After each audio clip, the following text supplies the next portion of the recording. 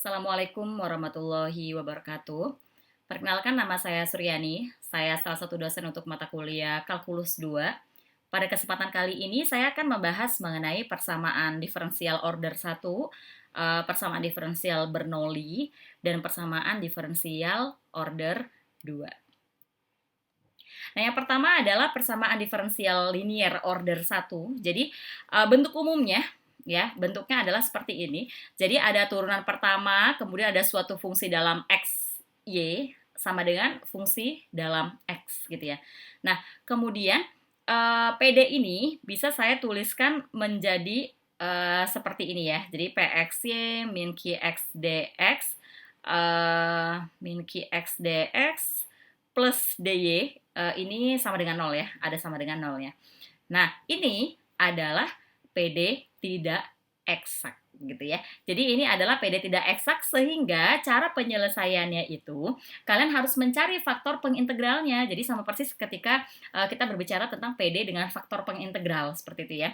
Nah, faktor pengintegralnya kalau bentuknya seperti ini ya, jadi V-nya itu adalah E dipangkatin integral PX dx. Jadi kita bisa langsung dapatkan faktor pengintegralnya gitu ya. Sehingga PUPD-nya itu adalah VY dikurangin integral V QX dx plus C. Ya, ini adalah PUPD dari si PD ini gitu. Nah, untuk lebih jelasnya perhatikan contoh 1. Kalian diminta untuk menyelesaikan PD ini gitu ya. Nah, tadi kan bentuknya kan dy per dx plus pxy sama dengan qx gitu ya. Nah, ini tuh sudah dalam variabel x, kemudian ini juga hanya variabel x saja. Nah, di depannya itu ada x-nya. Makanya supaya bentuknya sama seperti bentuk umum untuk PD linear order 1, semuanya kalian bagi sama x gitu ya. Jadi kalau dibagi sama x bentuknya seperti ini. Nah, berarti ini semua itu adalah px-nya, yang ini adalah qx-nya. Nah, kalian langsung mencari faktor pengintegralnya. V sama dengan E pangkat integral px dx. Nah, px-nya itu adalah ini semua. Kemudian kalau ini diintegralkan itu hasilnya ini saya bentuknya saya ubah terlebih dahulu. Jadi 1/x min 1 baru kalian integralkan. Integral 1/x itu adalah ln x, integral min 1 itu adalah min x. Nah, sehingga V-nya itu adalah saya pakai sifat dari eksponensial gitu ya. Nah, bentuknya seperti ini. Nah, jadi faktor pengintegralnya adalah V sama dengan x E pangkat min x. Nah, tadi kan kita udah punya rumus PUPD-nya ya. PUPD-nya adalah VY sama dengan integral V QX dx plus C. Jadi, V-nya tinggal kita ganti, kemudian V yang di sini juga kita ganti, kemudian jangan lupa plus C. Jadi, bagian yang ini nih, kalian integralkan. Nah, seperti itu. Ya. Nah, kemudian ini disederhanakan terlebih dahulu, E pangkat min X-nya hilang gitu ya. Nah, ini kalian integralkan menggunakan integral parsial gitu ya. Jadi bentuknya seperti ini. Nah, setelah itu ini adalah PUPD dari PD yang tadi. Jadi yang ini cari sendiri ya. Saya percaya kalian bisa mengerjakannya. Kemudian yang kedua adalah PD Bernoulli. Jadi PD Bernoulli ini adalah PD linear order 1. Cuman bentuk umumnya itu yang berbeda itu apa? Nah, di sini ada Y pangkat N-nya. Gitu ya. Nah, kalau tadi kan kita nggak ada Y pangkat N-nya ya. Nah, karena di sini ada Y pangkat N-nya supaya dia tidak ada, supaya dia hilang, maka semuanya saya kalikan dengan Y pangkat minus N. Nah, seperti itu. Ya, kemudian setelah itu kalian misalkan U-nya adalah yang ini nih. Y dipangkatin 1 min N. Nah, seperti itu. Kalian cari DU per DX-nya. Berarti di sini diturunkan terhadap variabel X juga gitu ya. Nah, kalau disederhanakan, bentuknya itu jadinya seperti ini. Gitu. Nah, kemudian kalau ini saya substitusikan lagi ke awal gitu ya. Nah, bentuknya itu nanti variabelnya bukan dalam variabel Y. Kalau ini kan variabel bebasnya X, variabel tak bebasnya Y. Nah, sekarang itu saya mau mengubah variabel tak bebasnya itu dari variabel tak bebas U dengan variabel bebasnya X, seperti itu. Ya. Nah, begitu. Nah, ini adalah PD linear order 1. Jadi kalian nanti cari faktor pengintegralnya gitu. Jadi menyelesaikan ini sama seperti PD linear order 1 ya. Nah, ini adalah contohnya. Jadi perbedaannya itu dia di sini ada Y pangkatnya. Ya, jadi mirip dengan PD linear order 1. Nah, supaya Y pangkat 3-nya hilang, maka semuanya saya kalikan dengan Y pangkat min 3. Nah, bentuknya seperti ini. Kalau di sini Y pangkat min 3, berarti kan di sini jadinya Y pangkat min 3, ini jadi Y pangkat min 2 ya. Kemudian ini Y pangkat 3-nya hilang. Nah, yang dipisahkan U itu adalah yang ada di sini.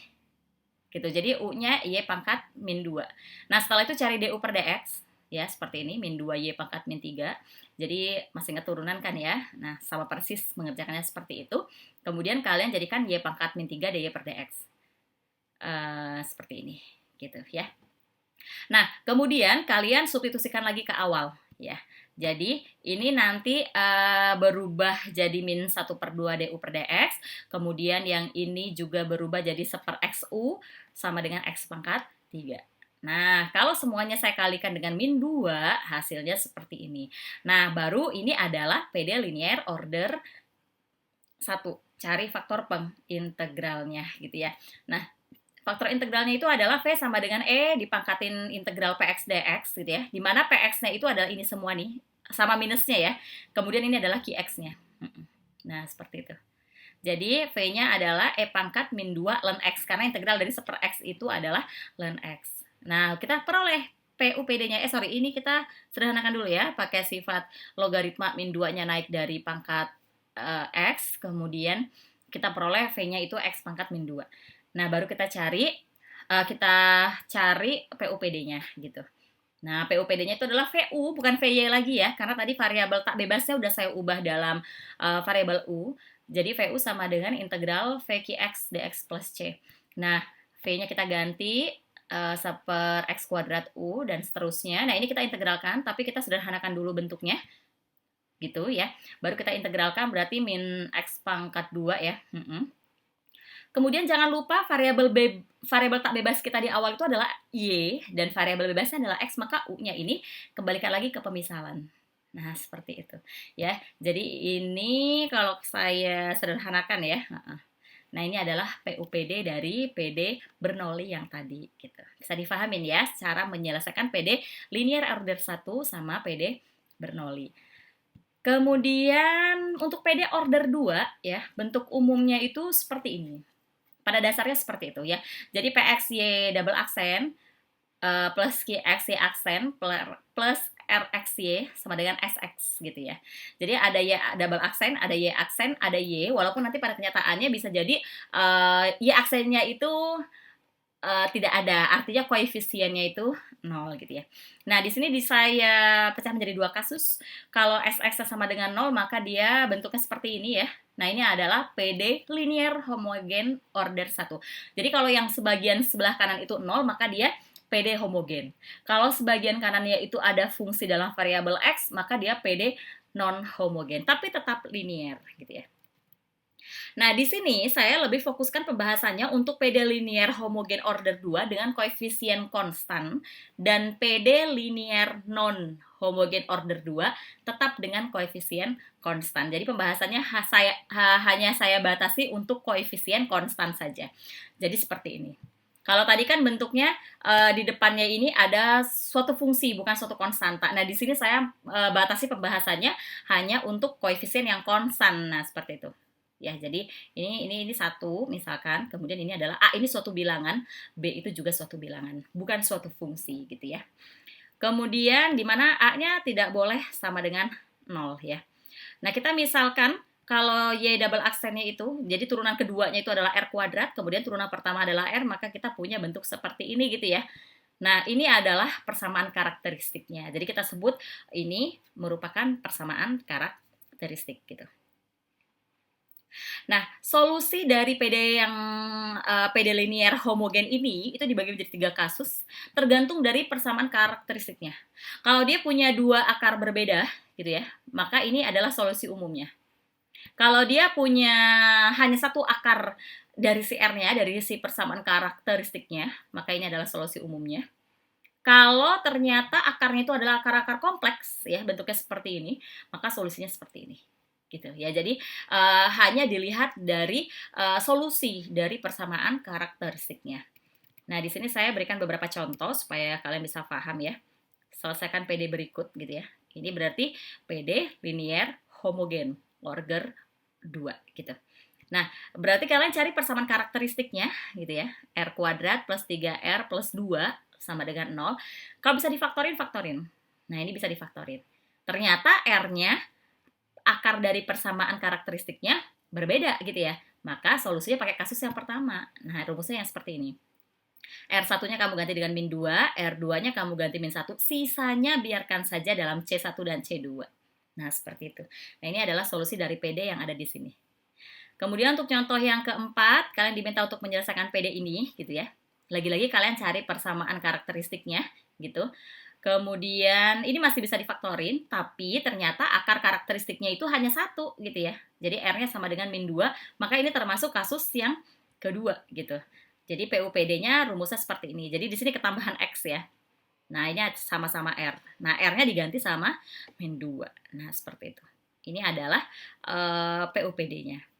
Kemudian contoh yang kelima, kalian diminta untuk menyelesaikan PD ini. Jadi sama persis, kalian cari PUPD-nya gitu ya. Cari persamaan karakteristiknya. Nah, persamaan karakteristiknya seperti ini, dan ternyata ini nggak bisa difaktorin. Makanya di sini saya pakai rumus Khawarizmi, rumus ABC, rumus kecap ya kalau kalian bilang. Nah, seperti ini. Min B plus minus akar B kuadrat min 4AC per 2A. A-nya itu 1, B-nya min 2, C-nya 2, tinggal disubstitusikan. Nah, ternyata hasilnya itu akar min 4, imajiner, kompleks gitu ya. Jadi 2 plus minus 2i per 2, kalau saya sederhanakan jadinya 1 plus minus i. Nah, dari sini kita peroleh alfanya itu 1, betanya itu adalah koefisien dari bagian imajiner.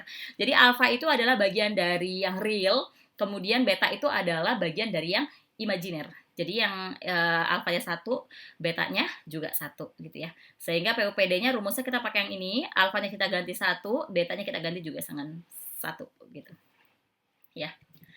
Nah, bagaimana kalau bentuknya PD linear non homogen, tapi masih order 2 dengan koefisien konstan ya. Berarti yang bagian kanan itu ada SX-nya. Gitu.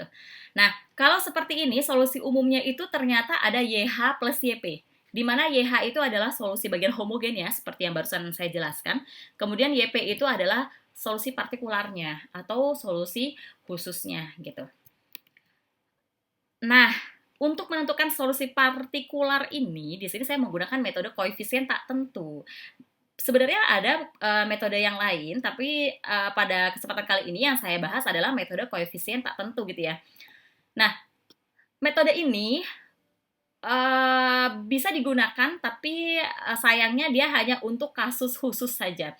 Jadi kalau misalkan SX-nya itu merupakan polinomial dengan fungsi eksponen atau dengan fungsi sinus dan kosinus. Jadi kalau misalkan fungsi tangen, metode ini tidak bisa kalian gunakan. Silahkan menggunakan metode yang lain gitu ya.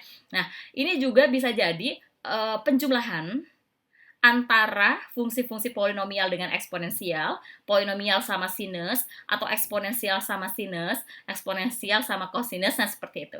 Ya, jadi metode koefisien tak tentu ini bisa digunakan. Nah, ini adalah contoh-contoh yang kalian bisa menggunakan metode koefisien tak tentu. Ini untuk bagian yang SX-nya ya, berarti bagian yang ada di sebelah kanan gitu. Nah, selesaikan PD berikut. Nah, berarti ini PD non homogen. Karena apa? Karena di sebelah kanannya ada nilai, ada suatu fungsi dalam variabel X gitu. Jadi karena dia ada dua solusi, ada ada YH plus YP gitu ya. Berarti kita cari dulu solusi homogennya. Solusi homogen itu berarti kita cari solusi yang mana sebelah kanannya itu sama dengan 0 ya. Jadi cari dulu persamaan karakteristiknya. Kemudian kebetulan ini bisa difaktorin gitu ya. Nah, berarti ini kasus yang pertama gitu. Jadi YH-nya sama dengan C1, E pangkat R1X berarti E pangkat 3X, plus C2 E pangkat min X. Ya. Kemudian ketika kita sudah memperoleh solusi homogen, kita cari solusi partikular. Karena bentuknya adalah eksponensial, maka YP-nya itu diasumsikan AE pangkat 5X. Kemudian kalian cari Y aksennya. Ini sudah percaya kalian sudah bisa menurunkan fungsi Y-nya, kemudian cari Y turunan keduanya. Nah, setelah dapat turunan pertama dan turunan kedua, kalian substitusikan lagi ke PD awal, ke sini. Jadi aksennya itu kalian ganti, double aksennya diganti, Y-nya diganti gitu ya. Kemudian sederhanakan bagian kirinya gitu. Nah, karena di sebelah kiri koefisien E pangkat 5X-nya adalah 12A, bagian yang kanan koefisien E pangkat 5X-nya adalah 4, berarti 12A-nya sama dengan 4 gitu. Jadi kita samakan antara fungsi yang kiri dan fungsi yang kanan gitu. Kita peroleh A-nya 3. Nah, tadi kita ingat ya, di pemisalan itu YP-nya adalah AE pangkat 5X. Nah, berarti 3E pangkat 5X. Nah, kita peroleh YP-nya, berarti PUPD itu YH plus YP. Nah, YH-nya ini, YP-nya tuh yang ini, gitu. Seperti itu kira-kira mencari solusi umum dari yang PD non homogen gitu ya. Kemudian ini saya berikan lagi contoh untuk kalian, selesaikan PD berikut gitu ya. Jadi sama persis, cari dulu solusi homogennya dengan cara mencari persamaan karakteristiknya gitu ya. Karena nggak bisa difaktorin, saya pakai rumus Khawarizmi gitu. Nah, ini diperoleh nilainya seperti ini. Kemudian alfanya berarti min 1/2, betanya setengah akar 7 gitu. Nah, tinggal disubstitusikan ke persamaan umumnya. Kemudian karena bagian SX-nya tadi adalah fungsi kuadrat, maka YP-nya itu bentuk umumnya ya fungsi kuadrat. Nah, bentuk umum fungsi kuadrat itu adalah AX kuadrat plus BX plus C. Cari ya aksennya, cari ya double aksennya. Substitusikan ke PD awal. Nah, seperti ini. Gitu ya. Nah, setelah disubstitusikan, sederhanakan, saya kelompokkan yang sesama X kuadrat, sesama X, dan sesama konstanta. Sama persis dengan seperti yang eksponensial tadi, jadi kalian sama dengan kan kanan kiri. Ini kan koefisien X kuadratnya yang di kiri 2A, yang di kanan 1, berarti 2A sama dengan 1. Dapat A-nya 1/2. Kemudian sekarang kita perhatikan yang koefisien X. Yang sebelah kiri 2A plus 2B, yang sebelah kanan itu 2. Ya berarti 2A plus 2B sama dengan 2. Substitusikan A-nya setengah, gitu ya. Kita peroleh B-nya setengah. Begitu juga dengan koefisiennya. Jadi 2A plus B plus 2C ini nilainya sama dengan minus 3 ya. Dengan mensubstitusikan nilai A dan B-nya, kita akan peroleh nilai C-nya itu adalah min 9/4. Nah, karena kita sudah mendapatkan nilai A, B, dan C-nya, kalian substitusikan lagi ke YP-nya ya, sehingga kita peroleh YP-nya seperti ini. Nah, PUPD dari PD non homogen order 2 yang tadi itu adalah YH plus YP, di mana YH-nya adalah ini semua dan YP-nya itu adalah dia, gitu ya. Nah, di sini saya memberikan tabel rangkuman. Jadi kalau seandainya kalian diberikan fungsi dari si bagian non homogennya dari SX-nya gitu ya.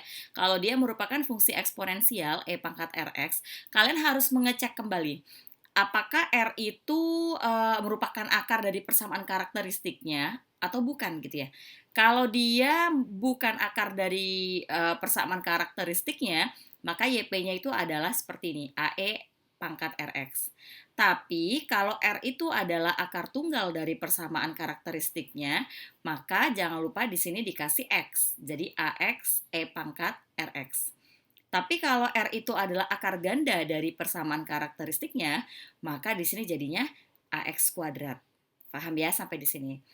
Nah, begitu juga dengan fungsi trigonometri, sin dan cos. Ya, jadi di sini kita bisa menggunakan metode ini ya kalau fungsi trigonometri itu hanya sin dan cos. Untuk tangan nanti kita gunakan metode yang lain ya. Nah, itu juga diperhatikan bagian dari imajinernya ya. Jadi kalau seandainya K itu bukan akar dari persamaan karakteristik, maka kalian misalkan YP-nya seperti ini. A cos KX plus B sin KX ya. Kemudian kalau bentuknya polinomial derajat 2, jadi persamaan kuadrat ya, AX kuadrat plus BX plus C. Nah, kalian harus perhatikan nolnya. Kalau nol itu bukan akar dari persamaan karakteristik seperti kasus kisah yang tadi saya jelaskan, itu nol itu bukan merupakan akar dari persamaan karakteristiknya, maka YP-nya itu saya misalkan tadi kan AX kuadrat plus BX plus C gitu ya. Tapi hati-hati kalau nol itu adalah akar tunggal dari persamaan karakteristik. Jadi ketika kalian cari persamaan karakteristiknya, ternyata ada nol itu merupakan dari akar persamaan karakteristiknya, maka kalian misalkan YP-nya seperti ini. Kalau misalkan 0 itu adalah akar ganda dari persamaan karakteristiknya, maka YP-nya seperti ini. Bisa dipahamin ya?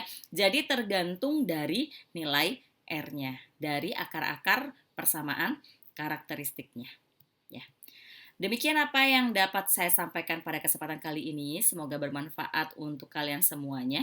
Jika masih ada hal-hal yang belum kalian pahami, silakan kalian diskusikan dengan dosen masing-masing. Sekian dari saya. Wassalamualaikum warahmatullahi wabarakatuh.